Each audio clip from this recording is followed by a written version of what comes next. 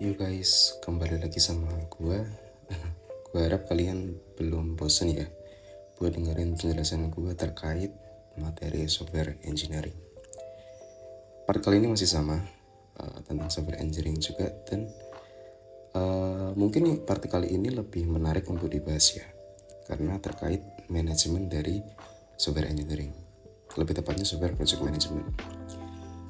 Namanya Brooks Law atau hukum Brook.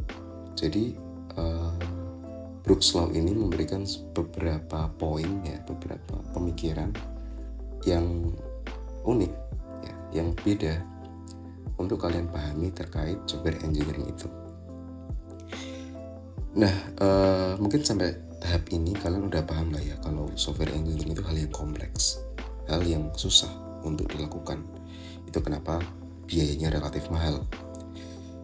Nah, ada suatu hukum namanya hukum Brook atau Brooks Law yang istilahnya menjabarkan poin permasalahan dalam manajemen software engineering itu sendiri. Di dalam Brooks Law, dia menyatakan bahwa adding manpower to a large software project makes it later. Artinya, menambah tenaga manusia ke project software yang sudah dalam tanda kutip terlambat akan membuat itu semakin terlambat. Lah, maksudnya apa? Kan nggak masuk akal. Katakanlah gini, kalian lagi bangun rumah nih, kalian tambah tukang, kalian tambah mantor, di situ kan seharusnya lebih cepat kerjanya, lebih cepat selesainya kan gitu.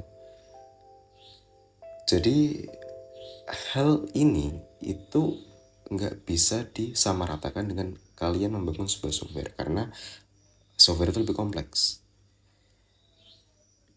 Ada beberapa penjelasan ya, atau explanation dalam Brooks Law ini. Ada 3 poin di sini yang menjadi alasan kenapa dia menyatakan pernyataan seperti itu. Yang pertama ya, it takes some time for people added to a project to become productive.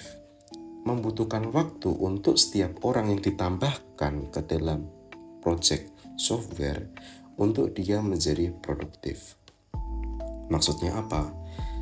Jadi gini, kalau misal kalian ngebangun sebuah rumah, tukangnya itu pastinya udah tahu tentang cara masang paku, cara ngaduk semen, ya, cara mungkin nata bata, karena tekniknya lebih praktis, lebih mudah untuk diaplikasikan. Sedangkan software itu beda. Saking banyaknya, saking dinamisnya sebuah masalah, kalian nggak bisa menerapkan satu teknik ke software yang lain juga. Beda software, beda cara. Bisa dibilang seperti itu. Enggak 100% sama lah di situ. Nah, kalau kalian nyewa tim lah, katakanlah kalian punya project software yang belum selesai, kalian nyewa tim, otomatis timnya itu harus mempelajari dulu terkait teknologi yang digunakan, terkait kode yang sudah ditulis. Jadi dia harus mempelajari kode orang lain, di situ kan butuh waktu. Nah, kalian di sini tahu juga bahwa banyak teknologi, banyak bahasa pemrograman yang tersedia untuk membangun satu software aja. Itu kan juga mempelajari teknologi itu juga nggak instan gitu, jadi butuh waktu di situ. Itu poin yang pertama. Poin yang kedua ada communication overhead increase as the number of people increase. Jadi maksudnya adalah beban komunikasi itu semakin meningkat ketika jumlah orang dalam tim itu juga ikut meningkat. Maksudnya apa? Semisal nih, kalian katakanlah udah ada 5 orang, ketambah 5 orang lagi, dimana 5 orang yang baru ini belum tahu apa-apa gitu loh, bahkan nggak mudeng cara sistemnya berjalan. Ya wajar, dia orang baru gitu kan. Jadi kalian harus menjelaskan satu persatu ke mereka ya, satu orang terkait mungkin spek sistemnya, flow sistemnya, fiturnya kayak gimana. Nah, hal yang kayak gitu itu kan sebenarnya jadi beban lama-lama. Kalau misal fiturnya banyak, mungkin ya kode yang perlu dibahas itu banyak, itu sudah menjadi beban. Communication overhead. Nah, yang poin terakhir itu ada adding more people to highly divisible tasks decrease the overall task duration.